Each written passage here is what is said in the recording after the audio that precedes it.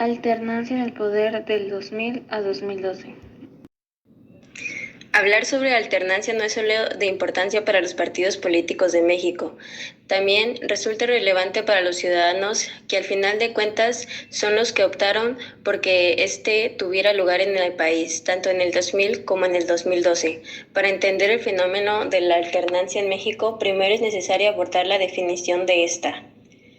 Al hablar de alternancia no nos referimos a un término que solo implique un sentido, por lo que es necesario especificar que esta podría ser de tres tipos: alternancia política, de élites y la de partidos, pero surgió una cuarta, la retroalternancia. En base a las definiciones anteriores, se optó por hablar del término alternancia para el caso de las elecciones presidenciales que se abordó desde el año del 2000 a 2012. Antes de la reforma política de 1977 existían algunos partidos, pero el sistema electoral que había no era competitivo y hacía imposible que hubiera una alternancia. El partido oficial contaba con una estructura corporativa fuerte, conformada principalmente por sindicatos y centrales campesinas. Esto impedía al pluralismo, pues controlaba la oposición y en ocasiones la reprimía. Estas modificaciones más importantes introducidas en esta reforma se encuentra, en primer lugar, el reconocimiento constitucional de los partidos políticos como entidades de intereses público. Este cambio puede parecer insignificante, pero en realidad no lo es, porque este estatus les brindó a los partidos una serie de derechos y garantizaban de su existencia. Por ejemplo, el acceso a los medios de comunicación y financiamiento público. Asimismo, con esta norma constitucional se les reconoció como intermediarios necesarios de la vida democrática al brindarles de manera exclusiva la facultad de postular candidatos en el proceso electoral. En segundo lugar se encuentra la opción de los partidos políticos pudieran obtener un registro condicionado. Esto es importante porque se creó la posibilidad de que los partidos políticos pudieran postular candidatos sin registro permanente, el cual quedaba condicionado a su desempeño en las urnas. Para obtenerlo debían conseguir más o menos el 1.5% de la votación. Y en tercer lugar, con esta reforma se modificó la composición de la Cámara de Diputados, aumentando el número de sus miembros a 400, de los cuales 100 serían seleccionados bajo el principio de representación proporcional. Exigía sus derechos y reclamaba una mayor participación en los asuntos públicos. Por eso, desde el levantamiento armado de Chiapas, los casos de las masacres de Aguas Blancas y Acteal tuvieron la atención de la opinión pública, ya que eran muestra de que persistía el autoritarismo y obstruían el proceso pacífico de transición democrática. Ante la crisis económica, la persistencia de los movimientos sociales que podían radicalizarse y la necesidad de abrir el sistema político para que abarcara la pluralidad de ideas e intereses, fue que se apoyó la reforma constitucional de 1977 para abrir espacios de diálogo, expresión y participación a través del registro de nuevos partidos políticos. Conflictos. Se divide en tres casos. Caso 1. Había una mayor participación de la sociedad civil que denunciaba la corrupción, debido a la hegemonía del partido oficial. Estos otros partidos siempre permanecían como la minoría y sin posibilidades de llegar al poder. Pero en las últimas décadas del siglo XX, al partido oficial comenzaron a complicársele un poco las cosas para mantener el control político, como en las elecciones de 1988, donde a pesar de que el partido oficial fue declarado ganador, debido a la falla en el sistema, el resultado perdió credibilidad. A raíz de este incidente, la población civil se puso muy activa para vigilar los nuevos procesos electorales. Caso 2. Crisis económica. Y aunque en 1994 el partido oficial volvió a ganar las elecciones presidenciales, las constantes crisis económicas y sociales, así como la falta de resultados para resolverlas, la presión que ejercían los partidos de oposición y las exigencias cada vez más presentes de la sociedad civil hacían necesario seguir trabajando en la reforma político-electoral. Caso 3, 1994-1996. Por eso en 1996 se aprobó una reforma que buscó que los recursos económicos de los partidos fueran transparentes y que los partidos no fueran financiados por grupos empresariales o delincuentes. Para lograrlo se incrementó el financiamiento público. Además, con esto los partidos estaban en condiciones de comprar espacios para aparecer en radio y televisión. Para las elecciones presidenciales del 2000, todos los partidos tenían representación ciudadana y todos tenían la posibilidad de participar y competir en el proceso electoral. El 2 de julio del 2000, el Partido Acción Nacional, PAN, obtuvo el triunfo de las elecciones presidenciales. Con esto se dio, después de 70 años, la alternancia política. Diodoro Carrasco, ahora panista, era el secretario de Gobernación, que compareció en el análisis del sexto informe de Ernesto Zedillo. El entonces diputado por el PAN, Armando Salinas, reclamó el gobierno priista que había tenido 4 titulares en la Segov y que por ello no había conducido una política interior sólida. 12 años después, esta cifra fue rebasada por el gobierno de Calderón, con 6 secretarios de Gobernación. El PAN exponía una tribuna que de 1996 al 2000 los recursos públicos destinados al Sistema Nacional de Seguridad Pública habían crecido 470 veces sin lograr combatir la inseguridad. Denunciaban el grave riesgo y los inconvenientes de utilizar al ejército y la armada en el combate a la delincuencia y el narcotráfico. Estos tan solo son 2 ejemplos en los que, transcurridos 2 alternancias en el gobierno federal, las críticas son las mismas, independientemente del partido político que las pronuncie. En las elecciones para renovar el poder ejecutivo en el año 2000, por primera vez después de casi 70 años, resultó triunfador un partido de oposición y el nuevo presidente de México fue Vicente Fox Quesada. De esta manera, a través de las elecciones competitivas, se dio la alternancia pacífica. A partir de este momento, el partido de oposición se convirtió en el nuevo partido oficial.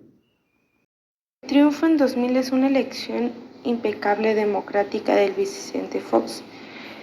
En 1942, candidato presidencial de derechista del Partido Accional, PAN, significó para México más un mero cambio del gobierno, el final de 71 años de régimen político monopolizado por el Partido Revolucionario Institucional. Ranchero de pura cepa, católico, devoto y formado en administración de empresas, Fox hizo una completa carrera profesional en la sucursal de Coca-Cola antes de dedicarse a los negocios agropecuarios y servir en 1995 a 1999. Como gobernador del estado de Guanajuato, sus innovaciones proselitistas, su estilo desenvuelto y su protesta de charro en un tanto ajeno a los formalismos de la política federal, convirtieron a este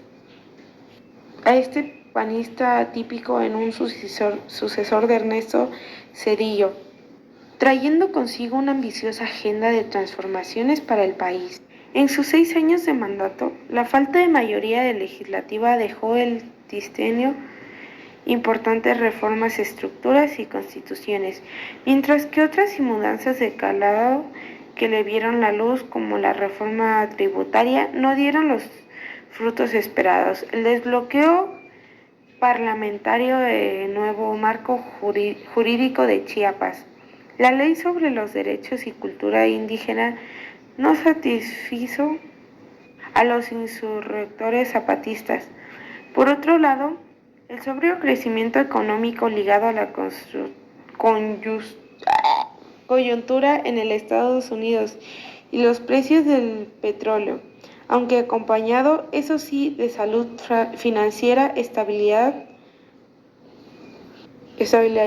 cambiaria y una inflación históricamente baja, dificultó la corrección de los déficits sociales en políticos exterior. Fox procede de su defensa del libre comercio y a sus presumibles afinidades de George Bush.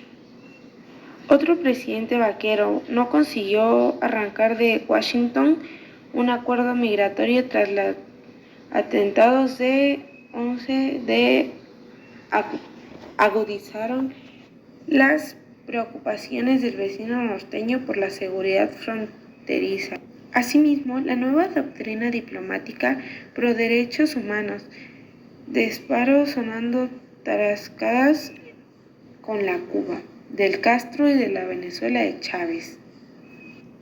La interrupción del bloqueo boliviano limitó las influencias en hemisferios latinoamericanos de México, cuya principal base regional era el Plan de Puebla-Panamá. México arrastraba desde la década de los 70 una ola de crisis económica. La década de los 90 estuvo marcada por la violencia, pero sobre todo el principal reto fue pasar de un gobierno autoritario a uno nuevo que garantizara el pluralismo democrático. En 2001 instauró la Ley Federal de Transparencia y Acceso a la Información Pública Gubernamental, que tenía como finalidad proveer lo necesario para garantizar el acceso de toda persona a la información en posesión de los poderes de la Unión, los órganos constitucionales autónomos o con autonomía legal y cualquier otra federal.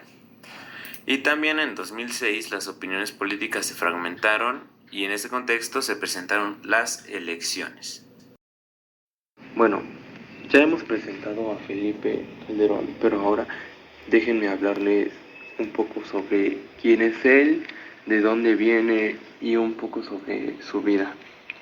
Su nombre completo es Felipe de Jesús Calderón Hinojosa y él nació en Morelia, Michoacán, el 18 de agosto del 62. Él es un político y abogado mexicano que se desempeñó como presidente en México desde el 1 de diciembre de 2006 hasta el 30 de noviembre del 2012. Él fue miembro del PAN, del Partido Acción Nacional, y cuando él ya llegó a la presidencia, una de sus cosas que decidió hacer primero o empezando como presidente fue que, su primer acto, por así decirlo, fue el nombramiento de la Secretaría de Gobernación, Defensa Nacional, Seguridad Pública y de la Marina. Y con estos nombramientos él fue creando combatiendo contra el narcotráfico en México. Y eso fue una de las cosas más importantes que él aportó durante sus 6 años de presidencia.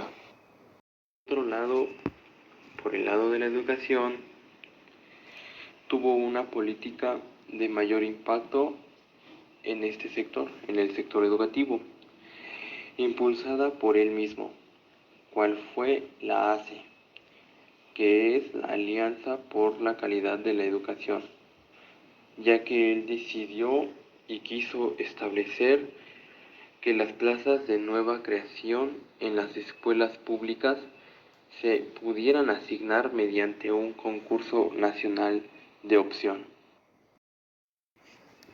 Al principio, la estrategia buscaba recuperar la fortaleza del Estado y devolver la seguridad en la convivencia social, mediante el combate frontal al narcotráfico y a otras formas del crimen organizado, lo cual resultaba alentador, porque los niveles de violencia e inseguridad que experimentaba México eran muy altos, y porque desde hacía varios años estaba en marcha una estrategia de seguridad internacional conocida como la guerra contra las drogas, que involucraba a los gobiernos de Estados Unidos y varios países de América Latina.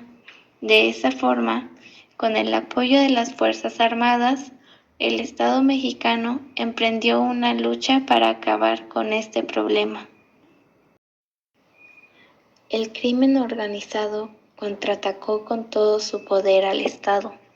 Tristemente, en el fuego cruzado de ambas fuerzas, la población civil también salió afectada, y el saldo social de esta estrategia se contabiliza en decenas de miles de muertos, miles de desaparecidos y desplazados, y en un aumento en los casos de tortura y tratos crueles. Y fue en este contexto de agravamiento de la inseguridad que se presentaron las elecciones de 2012. Conclusión. Los resultados fueron un retorno al poder del partido que durante 70 años se le había considerado como el partido oficial y que en el año 2000 había vivido su primera derrota histórica. El gobierno de alternancia lo duró 12 años. En las elecciones de 2012, los candidatos presidenciales fueron 4: Enrique Peña Nieto, Andrés Manuel López Obrador, Josefina Vázquez Mota y Gabriel Cuadri. Concluyo que a partir de las elecciones del 2000, diversos partidos políticos han ocupado la presidencia de nuestro país y que para poder gobernar ha sido necesario llegar a acuerdos y alianzas con los partidos de oposición. Finalmente, que la democracia es una forma de vida que nos invita a expresarnos libremente, respetamos mutuamente y a participar activamente en la construcción de una sociedad más libre, justa y equitativa.